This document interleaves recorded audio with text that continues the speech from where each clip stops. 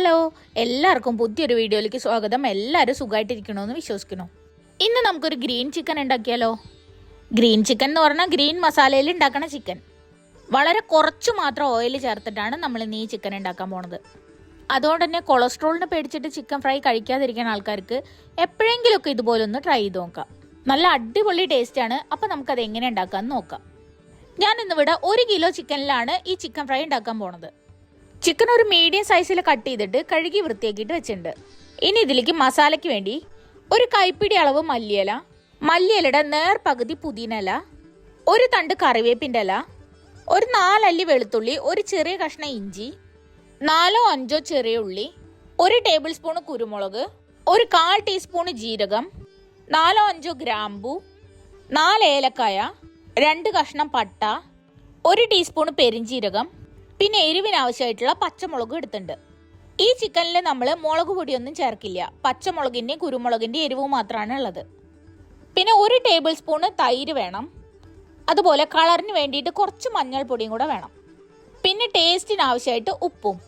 മസാലയ്ക്ക് അരയ്ക്കാനായിട്ടുള്ളതെല്ലാം കൂടെ നമ്മളൊരു മിക്സഡ് ജാറിലേക്ക് മാറ്റിയിട്ടുണ്ട്. ഇനി അതിലേക്ക് 1 ടേബിൾ സ്പൂൺ തൈര് ചേർക്കാം. കൂടെ തന്നെ 1 ടീസ്പൂൺ മഞ്ഞൾപ്പൊടി, 1 ടീസ്പൂൺ ഉപ്പ് കുറവാണെങ്കിൽ നമുക്ക് പിന്നീട് കുറച്ചും കൂടെ ചേർക്കാം. ഇനി ഇതിലേക്ക് മസാല ചിക്കൻ്റെ മുകളിലൊക്കെ നന്നായി പിടിക്കാൻ വേണ്ടിയിട്ട് ഒരു 2 ടേബിൾ സ്പൂൺ കോൺഫ്ലോറും കൂടെ ചേർക്കാം. ഇനി എല്ലാം കൂടെ നന്നായിട്ട് പേസ്റ്റ് പോലെ അരച്ചെടുക്കണം. ഒട്ടും തരിതരിപ്പില്ലാതെ ഇതുപോലെ വേണം അരച്ചെടുക്കാൻ.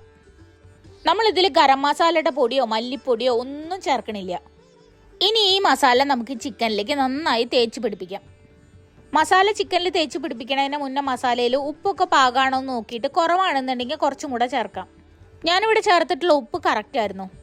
ഇനി തൈര് ഇഷ്ടമില്ലാത്ത ആൾക്കാർക്ക് വിനാഗിരിയോ അല്ലെങ്കിൽ ചെറുനാരങ്ങ നീരോ ഒക്കെ ചേർക്കാം കേട്ടോ. ആ മീറ്റ് ഒന്ന് സോഫ്റ്റ് ആവാൻ വേണ്ടിയിട്ടാണ് ഈ തൈരും വിനാഗിരിയും ചെറുനാരങ്ങ നീരൊക്കെ ചേർക്കണത്. ഇപ്പം ചിക്കനിൽ മസാല നന്നായി തേച്ച് പിടിപ്പിച്ചിട്ടുണ്ട്. ഇനി നമുക്കിത് കുറച്ച് സമയം ഒന്ന് റെസ്റ്റ് ചെയ്യാനായിട്ട് വെക്കാം. 1 മണിക്കൂർ ഇതൊന്ന് ഫ്രിഡ്ജിലിരിക്കട്ടെ. അപ്പോഴേക്കും ചിക്കനിലേക്ക് മസാലയൊക്കെ നന്നായി പിടിച്ചിട്ടുണ്ടാവും. ഇപ്പം ഏകദേശം 1 മണിക്കൂർ കഴിഞ്ഞിട്ടുണ്ട്. ഇനി നമുക്ക് ഈ ചിക്കൻ ഒന്ന് പൊരിച്ചെടുക്കാം. അതിന് വേണ്ടിയിട്ട് ഒരു ചട്ടി അടുപ്പിൽ വെച്ച് ചൂടാക്കി അതിലേക്ക് കുറച്ച് വെളിച്ചെണ്ണ ഒഴിച്ചു കൊടുത്തു. ഇനി അതിലേക്ക് നമുക്ക് ഈ ചിക്കൻ ഓരോന്നോരോന്നായിട്ട് ഇങ്ങനെ പെറുക്കി വെച്ച് കൊടുക്കാം. നമ്മൾ വളരെ കുറച്ച് ഓയിലിലാണ് ഇത് പൊരിച്ചെടുക്കുന്നത്. അതുകൊണ്ട് ഒരു നോൺ സ്റ്റിക്ക് പാൻ എടുക്കുകയാണെന്നുണ്ടെങ്കിൽ അവസാനം നമുക്ക് കുറച്ച് ഓയിലും കൂടെ ഇതൊന്ന് ഒഴിവാക്കാം. ഇപ്പം എല്ലാം നിരത്തി വെച്ചിട്ടുണ്ട്. ഇനി നമുക്ക് ഇതൊന്ന് അടച്ചു വെച്ചിട്ട് വേവിക്കാം. ഒരു 5 മിനിറ്റിന് ശേഷം ഒന്ന് തുറന്നു നോക്കുമ്പോൾ ഒരു ഭാഗം ചെറുതായിട്ട് വെന്തു തുടങ്ങിയിട്ടുണ്ട്. നമുക്കിത് ചെറുതായിട്ടൊന്ന് തിരിച്ചിട്ട് കൊടുക്കാം. കുറച്ച് മാത്രം ഓയിൽ ചേർത്തുകൊണ്ടാണ് ഇതിങ്ങനെ അടച്ചു വെച്ച് വേവിക്കണത്. തുറന്നു വെച്ച് വേവിക്കുകയാണെന്നുണ്ടെങ്കിൽ ഓയിൽ പെട്ടെന്ന് വറ്റിപ്പോവുകയും ചെയ്യും, ചിക്കൻ നന്നായിട്ട് വേവുകയും ചെയ്യില്ല. ഇപ്പം എല്ലാം തിരിച്ചിട്ട് കൊടുത്തിട്ടുണ്ട്. ഇനി നമുക്കിത് കുറച്ച് സമയം കൂടെ ഒന്ന് അടച്ചു വെക്കാം. ഈ ഭാഗം കൂടെ ഒന്ന് വേവട്ടെ. ഒരു 5 മിനിറ്റ് കഴിഞ്ഞ് തുറന്നു നോക്കുമ്പോൾ ചിക്കനിലെ വെള്ളമൊക്കെ നന്നായി ഇറങ്ങിയിട്ടുണ്ട്. ഇതിൻ്റെ ഇടയിൽ ചിക്കൻ മറിച്ചിട്ടതിന് ശേഷം ചിക്കൻ്റെ മുകളിൽ ആ ബാക്കി വന്നിട്ടുള്ള മസാല കുറച്ച് ഞാൻ തേച്ചിട്ടുണ്ടായിരുന്നു. ആ മസാല നല്ല ഫ്രൈ ആയിട്ട് ഈ ചിക്കൻ്റെ മുകളിൽ ഇങ്ങനെ പെരണ്ട് വരുമ്പോൾ നല്ല ടേസ്റ്റാണ് കഴിക്കാൻ. നമുക്ക് ഈ ചിക്കൻ ഇങ്ങനെ തിരിച്ച് മറിച്ചിട്ട് കൊടുത്തിട്ട് നന്നായി ഡ്രൈ ആക്കിയിട്ട് എടുക്കാം. ഇനി അടച്ചു വെച്ച് വേവിക്കേണ്ട ആവശ്യമൊന്നുമില്ല. ഇപ്പം ചിക്കൻ നന്നായി വെന്തുണ്ട്. ഇനി ഇത് തുറന്ന് വെച്ചിട്ട് നമുക്ക് ഇതിലത്തെ വെള്ളമൊക്കെ നന്നായി വറ്റിച്ചിട്ട് ഈ ചിക്കൻ നല്ല ഡ്രൈ ആക്കിയിട്ട് എടുക്കണം. ചപ്പാത്തിയുടെയും പൊറോട്ടയുടെയൊക്കെ കൂടെ ഈ ചിക്കൻ ഫ്രൈ നല്ല ടേസ്റ്റാണ് കഴിക്കാൻ. ഇതിൻ്റെ ഈ മസാല ഉണ്ടല്ലോ, ഒരു രക്ഷയില്ല, അടിപൊളി ടേസ്റ്റാണ്. കുറച്ച് സമയം ഇത് ഇവിടെ ഇരുന്നിട്ട് ഒന്ന് ഡ്രൈ ആയിട്ട് വരട്ടെ. ഇപ്പം നമ്മളെ ചിക്കൻ ഫ്രൈ ഏകദേശം ഇവിടെ റെഡി ആയിട്ടുണ്ട്. കണ്ടോ, അതിലത്തെ ഓയിലൊക്കെ നന്നായി പിരിഞ്ഞു വരാൻ തുടങ്ങിയിട്ടുണ്ട്. ഇനി ഈ ചിക്കൻ നമ്മൾ വേറൊരു പ്ലേറ്റിലേക്ക് കോരി മാറ്റിയിട്ട് നോക്കുമ്പോൾ നമ്മൾ ആദ്യം ചേർത്തിട്ടുള്ള ആ ഓയിലിൻ്റെ പകുതിയിലധികം ഓയിൽ ഈ ചട്ടി തന്നെ നമുക്ക് കാണാൻ പറ്റും. അത്രയും ഓയിൽ നമുക്ക് ഇതൊന്ന് ഒഴിവാക്കാം.